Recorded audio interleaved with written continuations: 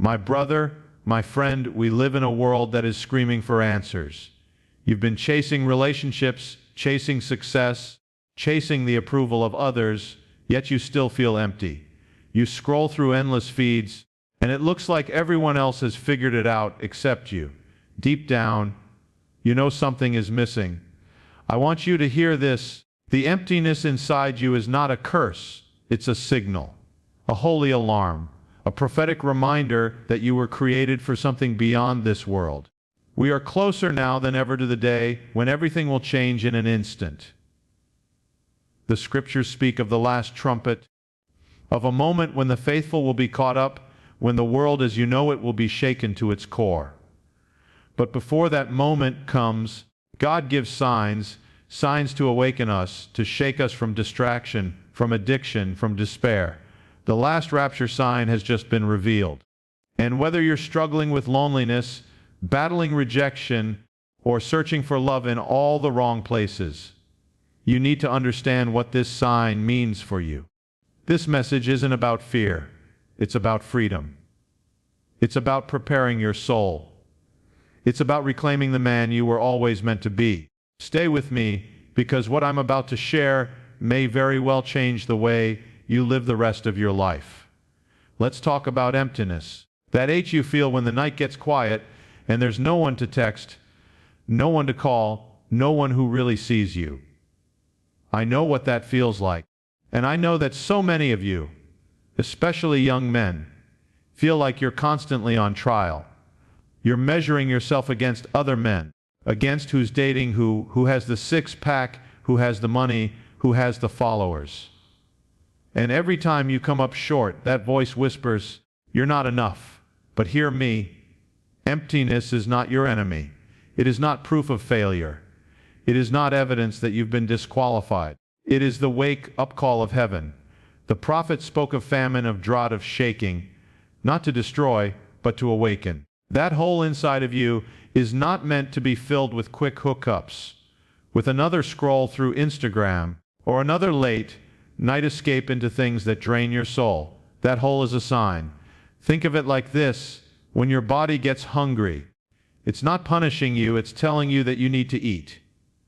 When your spirit gets hungry, when you feel lost, numb, unwanted, that's your soul crying out for God.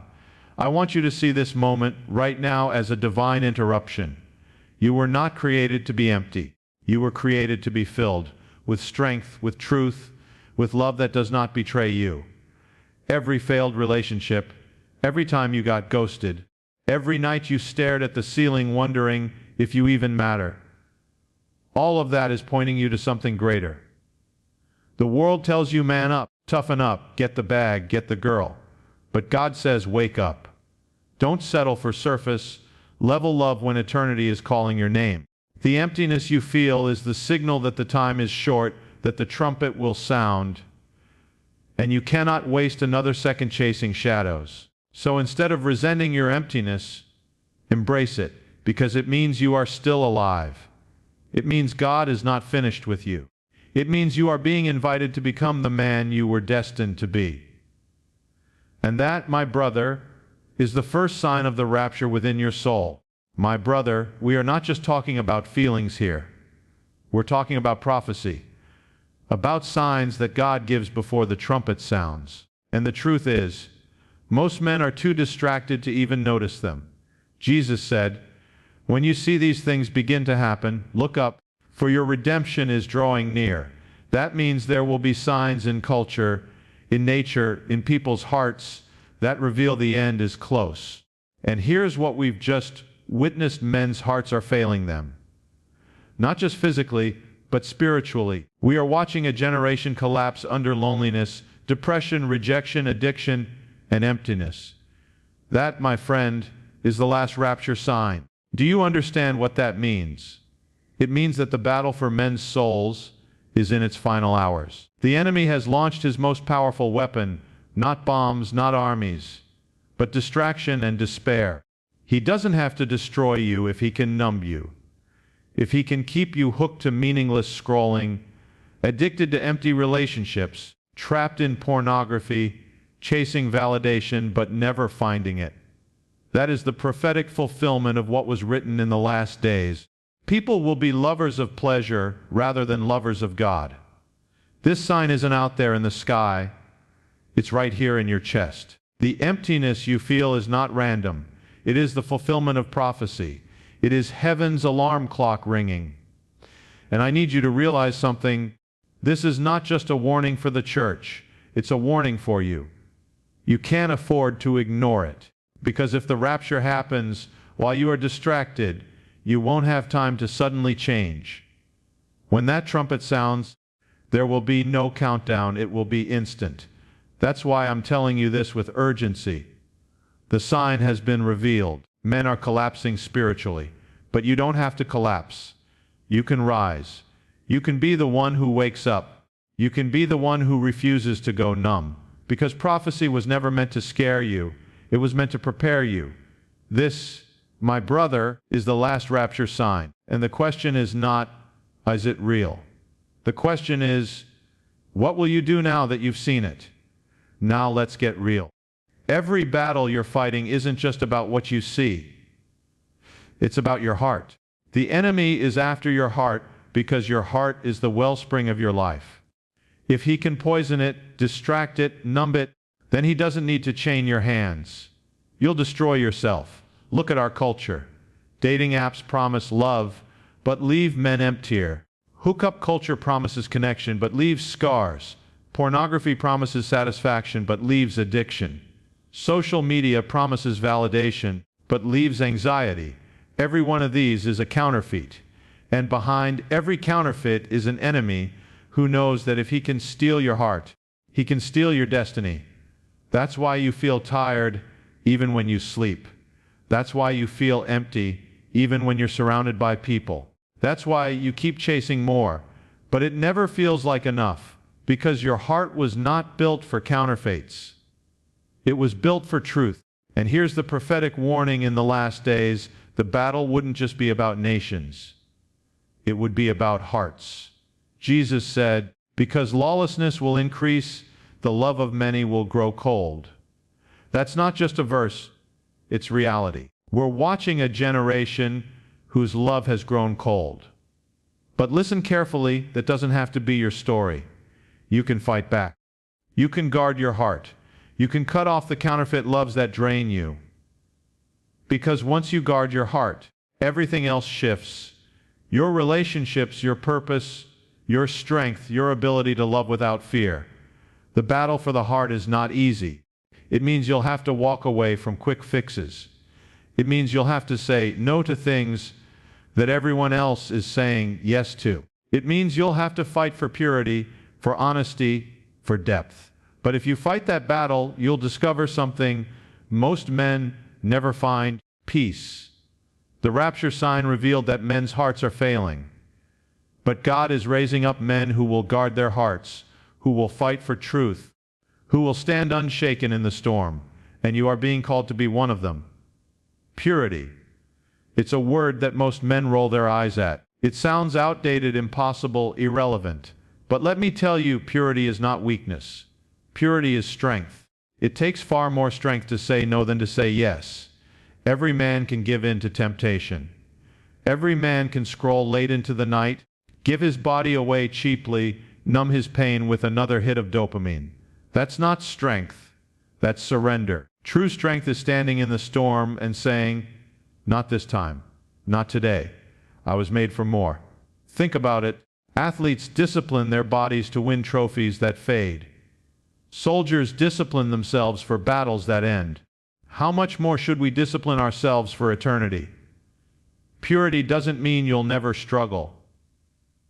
It means you fight the struggle differently. It means you stop justifying sin and start resisting it. It means you stop blaming the culture and start owning your choices. And here's the truth: most men don't want to face impurity. Weakens you. It drains your confidence, your energy, your ability to love deeply. That's why so many men feel powerless in relationships.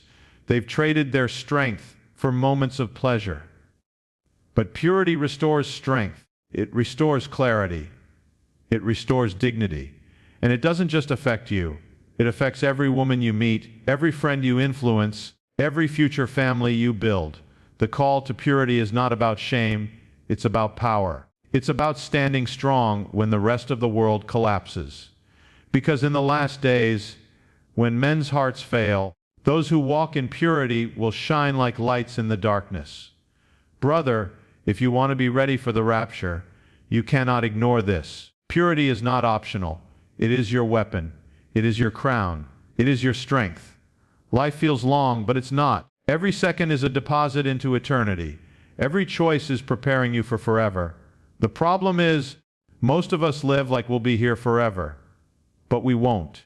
Think about how much time you've wasted worrying about people who don't even think about you anymore. Hours spent scrolling through feeds that didn't change your life. Nights spent chasing temporary highs that left you emptier. None of that will matter when the trumpet sounds. Living with eternity in mind means shifting your perspective. It means asking, will this matter in 100 years? If the answer is no, stop giving it your energy. This doesn't mean you ignore your responsibilities. It means you anchor them in eternity. Work hard, but don't let work define you. Love deeply, but don't worship relationships. Build wealth, but don't become a slave to it. Living with eternity in mind sets you free from comparison. Because the guy with more followers, more money, more dates, none of that will matter when we stand before God. What will matter is faith, love, truth. Eternity doesn't start when you die. It starts now. And when you live with eternity in mind, you start making choices that outlive you. You start walking in peace because you know this world is temporary. You stop panicking when things fall apart because you know your treasure is not here. Brother, when the rapture comes, the only men who will be ready are the ones who lived with eternity in mind. Don't get distracted by the temporary. Lift your eyes. Look higher. Live for forever. Maybe you're listening right now and you're thinking, it's too late for me. I've messed up too much. I've failed too many times. I want to tell you the truth, you're wrong. It is never too late. The very heart of the gospel is redemption. Redemption means your worst day does not define you. Redemption means your failures don't get the last word. Redemption means that no matter how broken you feel, you can be restored. Look at the men in Scripture. David, who fell into sin but was restored. Peter, who denied Jesus but became a leader of the church.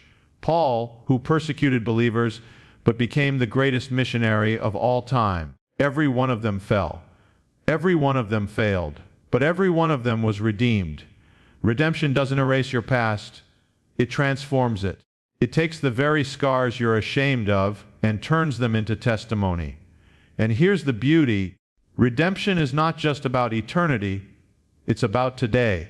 You don't have to wait until the trumpet sounds to start again. You can start today, right now. The enemy wants you to believe that you're disqualified, that your sin is too great, that your mistakes are too many. But the cross says otherwise. The cross says you are forgiven. The cross says you are loved. The cross says you still have a future. This is the hope of redemption, that no matter how far you've fallen, God can lift you higher. And when that day comes, when the trumpet sounds, you will not be left behind. You will be caught up, redeemed, restored, forever His. So don't give up. Don't settle. Don't believe the lie that it's over, because your story isn't finished. Redemption is waiting. My friend, this isn't just another message. This is a call, a final warning. Don't leave this video and go back to the same patterns. Wake up. Rise up. Step into your destiny. Because when that last trumpet sounds, you won't have time to prepare. If this word spoke to you, don't keep it to yourself. Like this video, share it with a brother who needs to hear it, and leave a comment telling me what part hit your soul the hardest. And if you're new here, subscribe, because this is only the beginning of what God is revealing.